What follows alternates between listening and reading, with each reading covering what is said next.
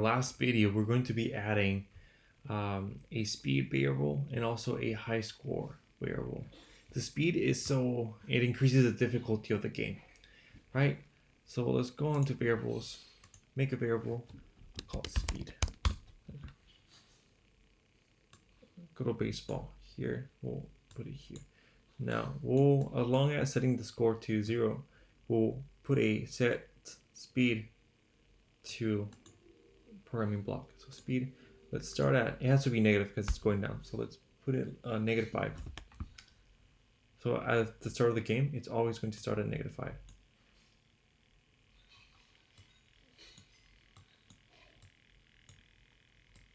We're going to be modifying on this top block. -5. Now for change by, instead of changing the y-axis by -10, we're going to put speed here instead. And then we want to increase the speed after each loop. So change my variable to by here. We'll put it here. Click speed by we'll do 0.3. So it's little by little. Start, you'll see, start going faster and faster and faster and faster. So we'll do the same thing for the apple.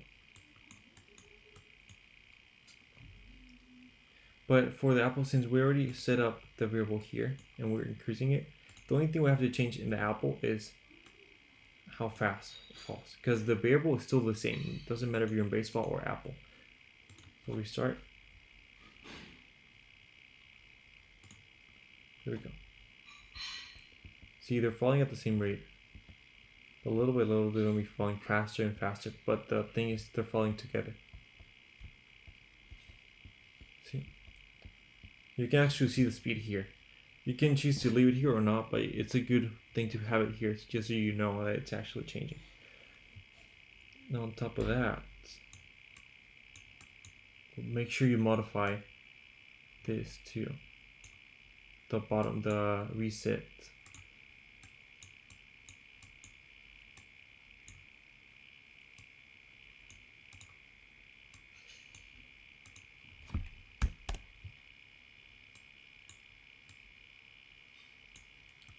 So for the last thing, we're going to add a high score.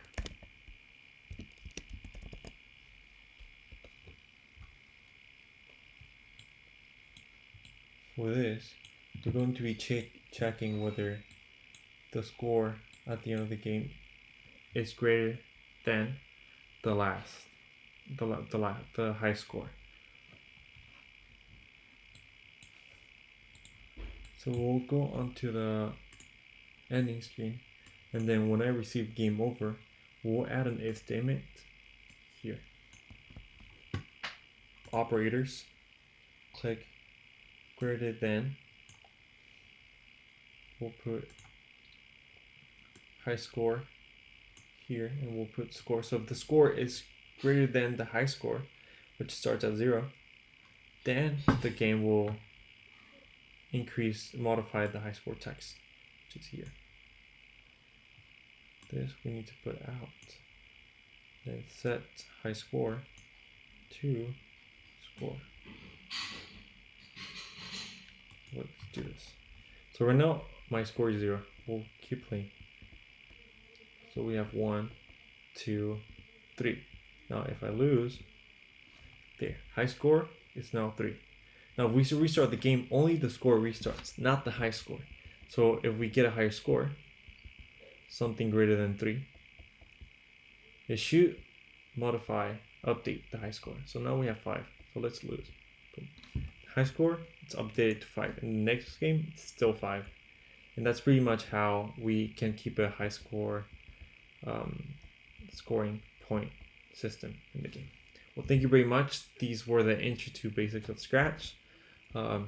Email MESA, any of the MESA staff, with any questions you have for your Scratch projects. Good luck.